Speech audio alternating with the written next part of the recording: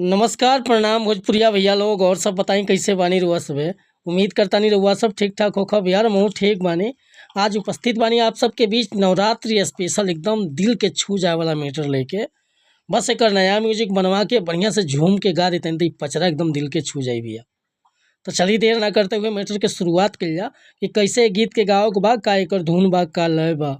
लेकिन video start कर से पहले भैया एगो बात बतावल चाहब।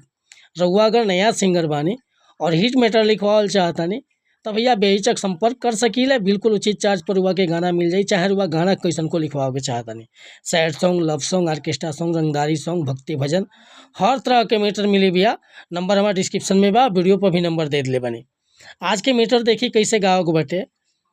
एगो बालक बड़ा निहोरा करता माई से का कहता, अरे नवतीनवा कोइनी मैया दिलवा से पूजैया हमारी शीतली मैया ना, हे हमारी दुर्गा मैया ना। नव दिनवा कोइनी मैया दिलवा से पूजैया हमारी शीतली मैया ना, हे हमारी दुर्गा मैया ना।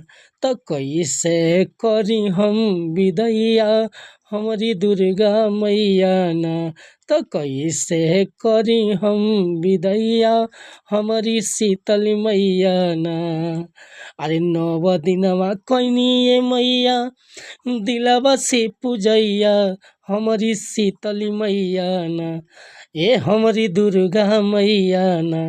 तो कैसे करी हम विदैया हमारी दुर्गा मैया ना, तो कैसे करी हम विदैया हमारी शीतली मैया ना।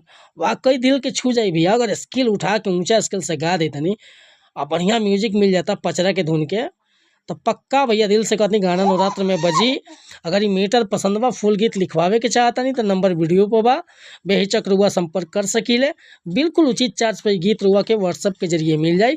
और कोनो भी पर्सनल मैटर लिखवाओ बा, चाहे नया म्यूजिक बनवाओ बा, तो बेहिचक कॉल कर सकीले भैया।